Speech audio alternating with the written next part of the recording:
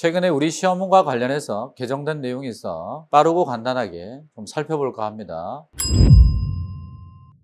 첫 번째는요, 등록의 결격 사유인데 원래 금고 이상형의 집행유예를 받으면 유예기간 동안만 결격인데 유예기간에 2년을 더 보탠 거죠. 따라서 징역 2년에 집행유예 3년을 받으면 유예기간 3년에 더하기 2년 합이 5년이 되는 거예요. 두 번째, 중개보조원의 고용 제한인데 이거는 이제 기획부동산에 자격증 없는 사람을 대거 고용해서 문제 일으키니까 숫자를 제한한다 이렇게 보시면 되고, 개공이 고용할 수 있는 보조원의 수는 개공과 소공의 합한 수를 5배 초과해서는 안 되죠. 만약에 5배를 초과했다 그러면 필취 플러스 1년짜리가 됩니다. 필취 플러스 1년에 1천. 보조원임을 고지하려면 저 중개 보조원이에요 이렇게 얘기를 하라는 건데 이게 새로 들어왔어요. 그래서 중개 보조원은 본인이 보조원이라는 사실을 미리 알려야 되며, 만약에 알리지 않으면 500만 원이 과태료인데 보하고 길게 뽑으면 5가 나오죠. 그래서 500만 원이 과태료인데요, 보조원과 개공 모두 500만 원이 과태료인데, 다만 개공의 경우는 보조원의 위반 행위를 방지하기 위해서 상당한 주의와 감독을 기울였다, 게을리하지 않았다, 그럼 벌금형을 면하는 예외가 있긴 합니다.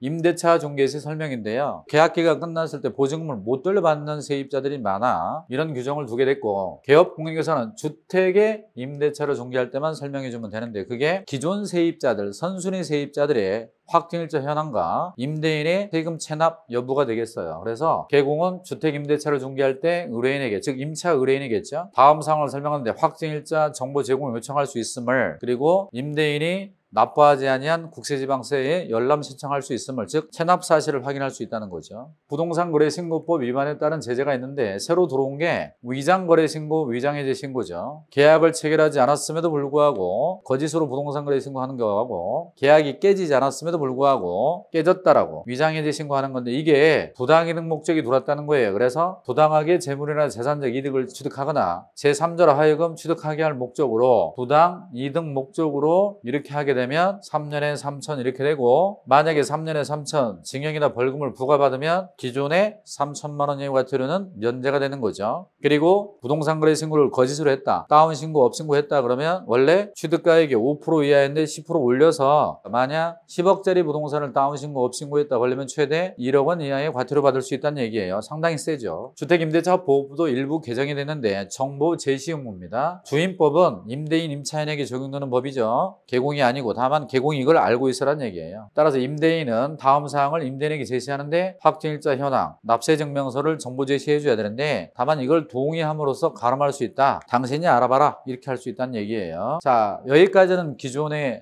대부분 알고 있을 겁니다. 지금부터가 문제죠. 자격증, 등록증의 대여 등을 알선 소개하지 말라고 되어 있습니다. 이게 새로 들어온 건데요, 누구든지 자격증의 대여, 양도 대여를 소개하지 마라. 따라서 빌려주지 말고, 빌리지 말고, 소개하지 말고. 근데 소개하고 알선하고 하지 말라고 들어와 있습니다. 위반 시에는 1년에 1천이에요. 그러면 빌려준 사람, 빌린 사람, 알선한 사람 셋 다 1년에 1천이 되겠죠. 등록증도 마찬가지. 누구든지 등록증의 양도 대여 등을 알선, 소개해서는 안 된다. 빌려준 사람, 빌린 사람, 그리고 알선자 모두 1년에 1천이 되겠어요. 그 다음에 자격 취소 사유가 확대가 됐죠. 원래 우리 중개사법에 자격 취소에는 부정취득, 양도대여, 정지중의 업무나 이중소송, 그리고 이 법을 위반해서 징역형 선고라고 해서 중개사법 위반으로 징역 선고인데 후가가 됐어요. 그래서 이 법뿐만 아니라 중개사 직무 관련해서 형법을 위반하여 금고 이상의 형을 받으면 집행유예 포함, 중개사 자격을 취소하겠다 그 말입니다. 만약 개공들이 단체를 구성하게 되면 독과점하죠. 범죄단체 조직대가 될 수 있고요. 개공이 시세 조작을 위해서 가짜 계약서를 썼다, 그러면 사문서 위조, 동행사 등에 해당될 수 있고요. 개공이 손님에게 거짓말을 하면 사기죄가 성립할 수 있고, 중도금이나 잔금을 횡령하면 횡령죄가 될 수 있는데, 이게 중개사법과 상관없이 형법상 형사소송 결과 이런 걸로 금고 이상의 형을 받으면 중개사법에 따라서 자격을 취소해버리겠다 그 얘기예요. 그러니까 자격 취소 사유가 늘었는데 여러분이 가볍게 정리하려면 형법상 사기, 횡령, 그리고 사무소 위조 등으로 금고 이상 받으면 자격 취소되는구나 하고 형법 위반이 늘었다, 이것만 좀 추가하시면 되겠습니다. 자, 마지막으로 골치 아픈 게요, 거래질서 교란행위입니다. 원래 거래질서 교란행위는 시세 조작, 그리고 독과점, 단체 구성하는 거, 아파트 입주민들이 개공의 업무를 방해하는 거, 요렇게가 있었어요. 그런데 여기에 엄청나게 많은 거래질서 교란행위가 들어왔죠. 이게 포상금과 연관이 있기 때문에 원래 포상금을 받기 위한 신고고발 대상자가 자격증, 등록증, 양도되어자, 양수되어 받은 자, 자격증, 등록증 준 사람, 받은 사람, 부정한 방법으로 등록한 자, 무등록업자, 거래질서 교란행위, 개공이 아닌 자로서 표시하고 광고한 자, 이렇게가 되거든요.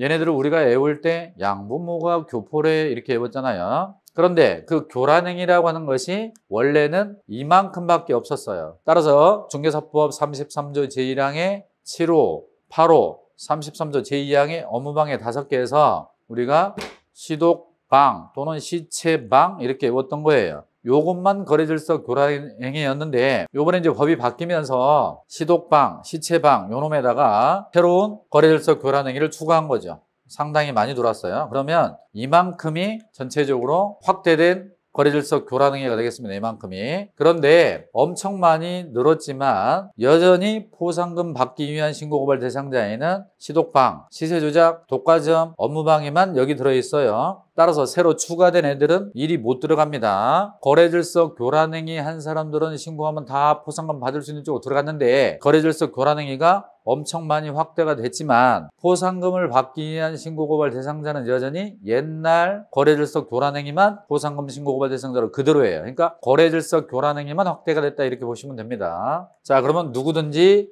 이 많은 여러 가지 거래질서 교란행위를 신고센터에 신고할 수 있다. 신고가 가능하다. 이렇게 해놓고요. 자, 추가된 내용들을 보시면요. 자, 이제 새로 들어온 거 자격증을 빌려주고 빌리고 자격증 주고받고 소개하고 등록증 주고 받고 소개하고 공인중개사 사칭 공인중개사가 아닌데 명함에다 파가지고 다니는 거 무등록 중개업 들어가고 부정등록 들어가고 이중등록 들어가고 중개업종사자 모두 이중소득할 수 있죠. 이중소득 걸리면 들어가고 사무소를 2 이상 둔 경우 이중사무소 들어가고 천막치고 영업했다 들어가고 법인의 경업제한인데 이건 좀 납득이 되지 않습니다. 경업제한을 벗어났다는 건 중개업과 무관한 다른 사업을 한다는 건데 이게 부동산 거래질서와 무슨 관련이 있는지 좀 의심이 들어요. 의문이 드는데 들어왔고 보조원의 고용제한, 보조원 너무 많이 고용하면 그것도 교란행위로 신고하라는 얘기고요. 보조원 고지의무 위반, 보조원임을 밝히지 않았다. 그것도 교란행위로 신고 대상이고요. 등록증, 자격증, 요일표 걸지 않았다. 그것도 교란행위로 신고 대상이고 사무소 명칭에 법정 문자를 사용하지 않았다. 간판에 성명을 쓰지 않았다. 거짓 표기했다. 그것도 교란행위 신고사항. 확인 설명할 때 성실 정확하게 설명하지 않거나 근거자료 제시하지 않으면 그것도 교란행위 신고사항. 주택임대차 중개할 때 확증일자 부여기간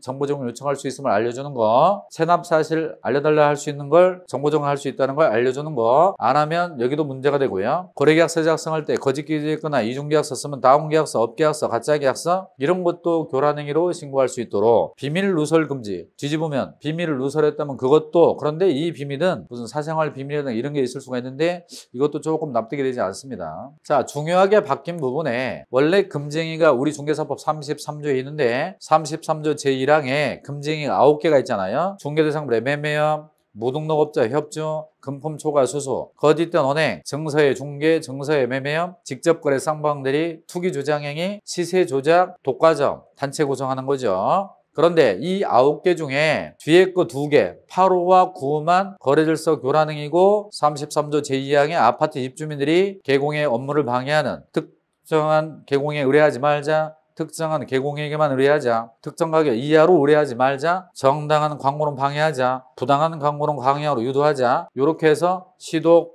방, 시체, 방만 있었는데 33조 제1항의 앞쪽 7개도 거래질서 교란행위로 확대됐다. 엄청 많이 늘었죠.